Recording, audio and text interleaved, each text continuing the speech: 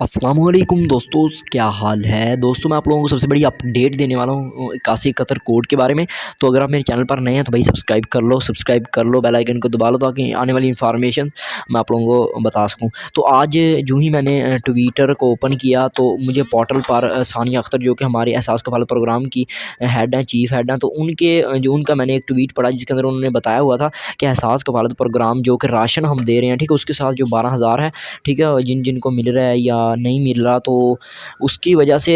जिस बंदे को अगर मिल गया है तो वो तो ठीक है, लेकिन हाँ, जिस बंदे को नहीं मिला या एहसास राशन के लिए उसने रजिस्ट्रेशन की हुई है, ठीक है, तो हम उसके लिए पोर्टल को ओपन कर रहे हैं, ठीक है, अक्कासी कतर के